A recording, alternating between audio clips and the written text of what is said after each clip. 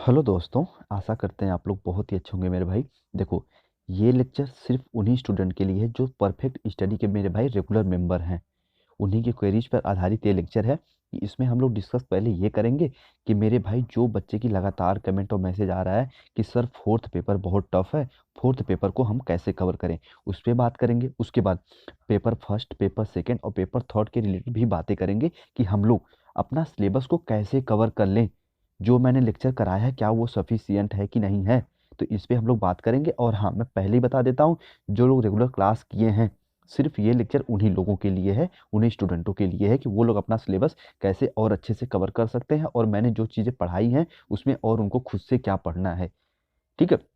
और fourth paper को लोग कैसे तैयार कर सकते हैं और लास्ट में मैं कुछ इंपॉर्टेंट बातें भी बताऊंगा जो आपके एग्जाम से रिलेटेड और अपनी लाइफ से रिलेटेड बहुत ज़रूरी बातें हैं मेरे भाई। ठीक है, चलो कंप्लीट डिस्कशन होगा तो पेशेंस के साथ, थोड़ा धैर्य के साथ एक एक पॉइंट को समझो। ठीक है, देखो सबसे पहले हम लोग बात करते हैं मेरे भाई पेपर फर्स्ट की। सबसे पहले हम लोग बात करने जा रहे हैं पेपर फर्स्ट यानी चाइल्डहुड एंड ग्रोइंग अप, बाल्यावस्था एवं उसका विकास। देखो मेरे भाई, इसमें मैं टोटल 7 चैप्टर कराया हूँ, शायद आपको याद हो ना हो, मुझे याद है। ठीक है, फर्स्ट चैप्टर है मेरे भाई वृद्धि एवं विकास, सेकंड चैप्टर मैंने कवर कराया था शारीरिक विकास, और थर्ड चैप्टर मैंने कवर कराया था सामाजिक विकास, और फिर फोर्थ चैप्टर मैंने कवर कराया था मेरे भाई संज्ञानात्मक विकास, और फिर सिक्स चैप्टर था भाषा विकास, और मेरे भाई सेवेंथ और एट चैप्टर था मेरे भाई जो है कि नैतिक विकास और संवेगात्मक विकास। यानी कि जो आपकी इसमें टोटल 7 चैप्टर मैंने कवर कराया है, वृद्धि एवं विकास से शुरू करके संवेगात्मक विकास तक, मेरे भाई सब के सब इम्पोर्टेंट हैं। यदि आप लोग इन सातों लेक्चर को अच्छे से देखे होंगे, अच्छे से समझे होंगे, तो समझो आप अपने पेपर फर्स्ट का मेरे भाई 70 से 80% सिलेबस यहीं से कवर कर लिए हो। तो जो अब सुनो, जो लोग नोट्स बनाए हैं वो लोग तो भैया रिवीजन कर लेना। जो लोग नोट्स नहीं बनाए हैं तो वो क्या करोगे, एक बार लेक्चर को और देखोगे।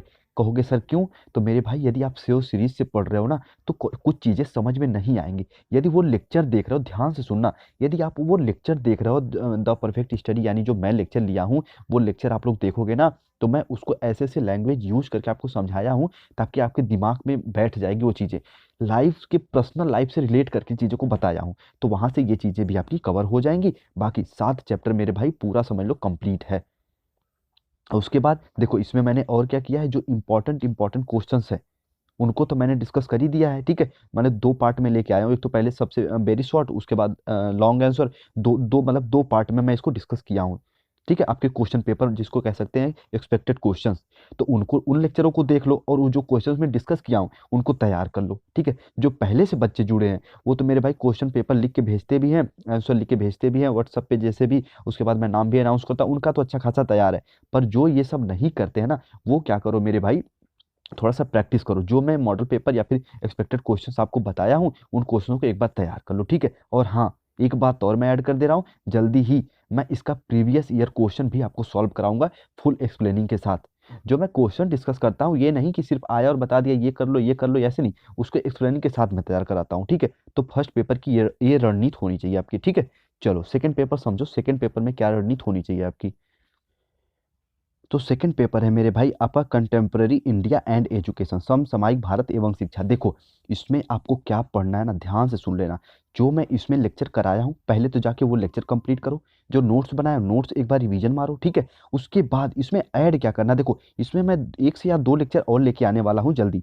ठीक है, ताकि कुछ चीज़ें जो छूटी हुई हैं हल्का फुल्का वो तैयार हो जाए। वरना मेरे भाई थोड़ा सा आप सेव सीरीज से इसे पढ़ो। ठीक है, इसमें कुछ संवैधानिक उपचार हैं जैसे, और आपके मतलब एजुकेशन में इस शिक्षा का क्या मुख्य रूप है, उसके बाद क्या उनके उद्देश्य हैं। जैसे देखो शिक्षा का मुख्य उद्देश्य होते हैं ना, राष्ट्र संबंधी उद्देश्य, सामाजिक उद्देश्य, फिर व्यक्तिगत उद्देश्य, थोड़ा सा इनको एक बार जानो। ठीक है, उसके बाद कुछ क्या संविधान में प्रावधान है आपकी शिक्षा को लेके। ठीक है, उन चीज़ों को, और इसमें मैं जो कवर कराया हूँ आपके रविन्द्रनाथ टैगोर जी को, उसके बाद महात्मा गांधी जी को, कोठारी कमीशन को, ये सब मैं कवर कराया हूँ। सारी प्लेलिस्ट बनी हुई है। तो अगर आपको अभी ये भी नहीं पता है कि हाँ चैनल को आप जुड़े हो और आपको ये भी नहीं पता है कि ये प्लेलिस्ट बनी हुई है, तो चैनल की प्लेलिस्ट में जाओ और सारे लेक्चर को क्रम बाय क्रम देखो। ठीक है, और जो लोग पहले जुड़े हैं आप तो यार प्यारे मेंबर हो, आप तो चीज़ों को कर ही रहे हो। ठीक है, चलो इस तरीके से आप लोग सेकंड पेपर को भी तैयार कर सकते हो। इसमें कुछ है नहीं, सिर्फ थ्योरी थ्योरी बेस पे है, थोड़ा बहुत आप अगर पढ़ोगे तो अच्छे खासे नंबर लेके आ जाओगे। और जो मैं लेक्चर कराया हूँ उसको तो आप देखो ही देखो। ठीक है, चलो उसके बाद बात आती है थर्ड पेपर की मेरे भाई, psychology of learner, learning and teaching, अधिगमकर्ता का मनोविज्ञान अधिगम और शिक्षण इंपॉर्टेंट है मेरे भाई। देखो ये इस पेपर को मैंने थोड़ा सा बेसिक तौर पे कवर कराया है। देखो जो पेपर फर्स्ट है और पेपर थर्ड है, इसको मैं थोड़ा सा इस पे ज़्यादा जोर दिया हूँ, क्योंकि देखो मेरे भाई ये फर्स्ट सेमेस्टर के लिए तो है ही है, उसके साथ जैसे आप टेट या फिर सीटेट की तैयारी करोगे वहाँ भी इसका उपयोग होगा। ठीक है, तो थोड़ा सा मैं उसके परफेक्ट से इसको ज़्यादा कवर करने का प्रयास किया हूँ। ठीक है, चलो देखो इसमें क्या है कि जितने भी मैंने लेक्चर इसमें कवर कराए, जैसे सबसे फर्स्ट यही था अधिगम और शिक्षण, तो उसको तो आप देख ही लो। देखो जो चैप्टर का नाम होता है ना, उसी में सारी कहानी छुपी हुई रहती है। तो मेरे भाई वो नाम को ही आप एक बार अच्छे से पढ़ो और समझो। अधिगम और शिक्षण को मैंने कवर कराया, फिर अधिगम सिद्धांत में 5 से 6 लेक्चर हो गए।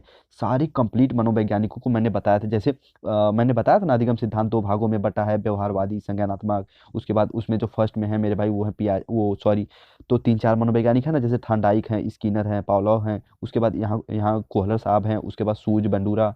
तो इन सबको मैंने कवर कराया है। एक बार लेक्चर को जाओ अच्छे से देखो। ठीक है, उसके बाद कुछ चीज़ें इसमें थोड़ा बहुत है, जैसे ध्यान से सुनना, जैसे विकास की अवस्थाएं। तो मेरे भाई इस पे एक सेपरेट मैं लेक्चर बना दिया हूँ, विकास की अवस्थाएं। फिर विकास की अवस्थाओं के साथ साथ विकास के सिद्धांत, उन पे मैं लेक्चर कंप्लीट डिस्कस करा दिया हूँ। तो इसका शायद एक जो छठा चैप्टर होगा पेपर थर्ड का, व्यक्तिगत विकास के आयाम, थोड़ा सा बड़ा लेक्चर है, तो उनके छोटे छोटे टॉपिक्स को मैं ऐसे ही कवर करा दिया हूँ।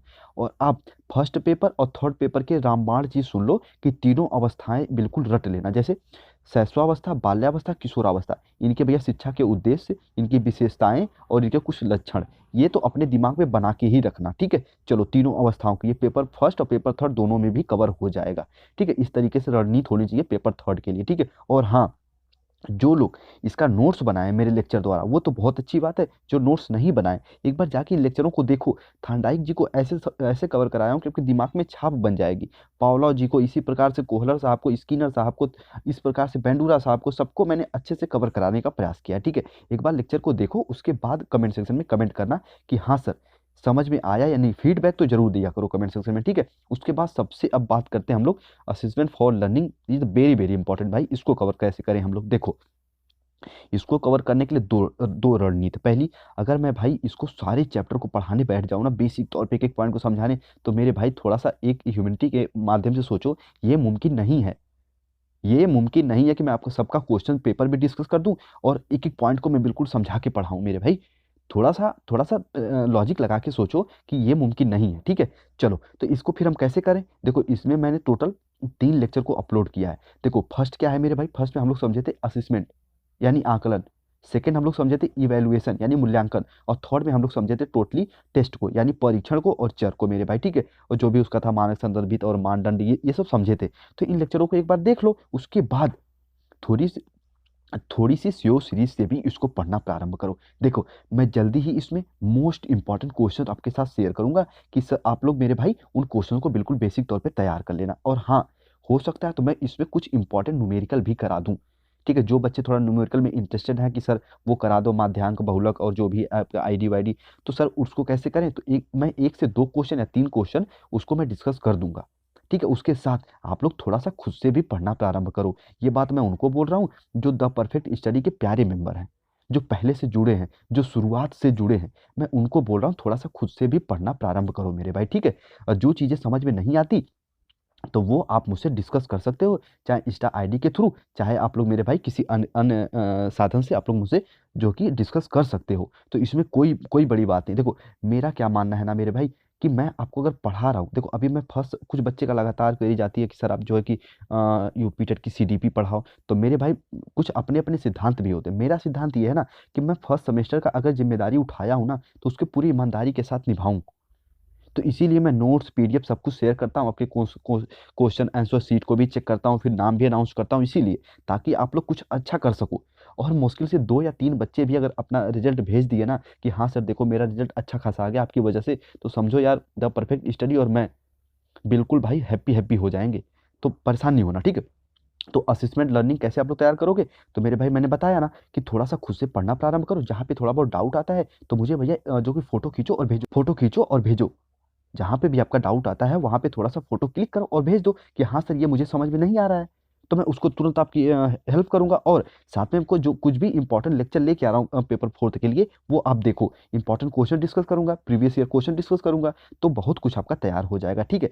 चलो इस तरीके से आप लोग सिलेबस को बिल्कुल बेसिक तौर पे कवर कर सकते हो मेरे भाई, तो परेशान नहीं होना, ठीक है। द परफेक्ट स्टडी और मैं, जब तक आपका बीएड फर्स्ट सेमेस्टर कंप्लीट नहीं हो जाता, तो मैं भाई बीएड फर्स्ट सेमेस्टर के फुल बेयर फोकस पे हूँ, ठीक है। तो परेशान नहीं होना, ठीक है। थोड़ा सा बीच में कुछ लेक्चर ऑफ थे, कुछ भाई पर्सनल रीजन था, लेकिन मेरे भाई अब ऐसा कुछ नहीं है, अब लेक्चर डेली टू डेली जाएगा, ठीक है। हो सकता है तो मैं पेपर फर्स्ट में कुछ जो भी एक आध दो टॉपिक बची, जैसे आतंकवाद, तनाव, संघर्ष, विद्यालय, उसको आपको कवर करा के उसको समाप्त कर दूं। उसके बाद पेपर सेकंड का इंपॉर्टेंट क्वेश्चन डिस्कस करूंगा, उसके बाद पेपर थर्ड का इंपॉर्टेंट क्वेश्चन, और पेपर फोर्थ का भी इंपॉर्टेंट क्वेश्चन, और कुछ लेक्चर भी अपलोड करूंगा। उसके साथ साथ मैं प्रीवियस ईयर क्वेश्चन भी डिस्कस करूंगा। तो परेशान नहीं होना, थोड़ा सा ईमानदारी के साथ खुद से पढ़ो, ठीक है। खुद से पढ़ो, जो सेव सीरीज उम्मीद करता हूँ सब लोग ले लिए होंगे, तो सेव सीरीज को पढ़ना प्रारंभ करो। और हाँ, थोड़ी सी मेरे भाई ईमानदारी के साथ पढ़ो, ठीक है। और हाँ, लास्ट में मैं आपसे एक बात बताना चाहूँगा कि मेरे भाई, कहते हैं ना कुछ लोग भैया ज़िंदगी में बहुत अनोखे होते हैं, छोटी सी बात भी बताते हैं लेकिन बहुत अच्छी बात बताते हैं। जैसे कि भैया अपनी कमजोरी किसी से मत शेयर करो। अगर आप अपनी कमजोरी किसी से शेयर कर दोगे मेरे भाई, वो उसका फ़ायदा उठाएगा ही उठाएगा। तो मेरी बात कहीं गांठ बांध लो कि अपनी कमजोरी सिर्फ अपने पास तक ही रखो, उसको दूर करने का प्रयास करो। ये भी मैं खुद से नहीं बनाया, मुझसे भी किसी ने ये बात बताई है मेरे भाई, वो बहुत स्पेशल इंसान है। वो यही बोला कि भैया अपनी कमजोरी छुपा के रखो, इसको भैया जाहिर करने की जरूरत नहीं है, लोग इसका मजा ही लेंगे। तो ये थोड़ा सा मोटिवेशन के रूप में मैं बता दिया, ताकि आप चीज़ें और अच्छे से समझ पाओ, ठीक है मेरे भाई। चलो मिलते हैं फोर्थ पेपर के कुछ इंपॉर्टेंट लेक्चर के साथ, या फिर चूंकि मैं फर्स्ट पेपर का मॉडल जो कि प्रीवियस ईयर क्वेश्चन डिस्कस करूंगा कल मॉर्निंग में, ठीक है।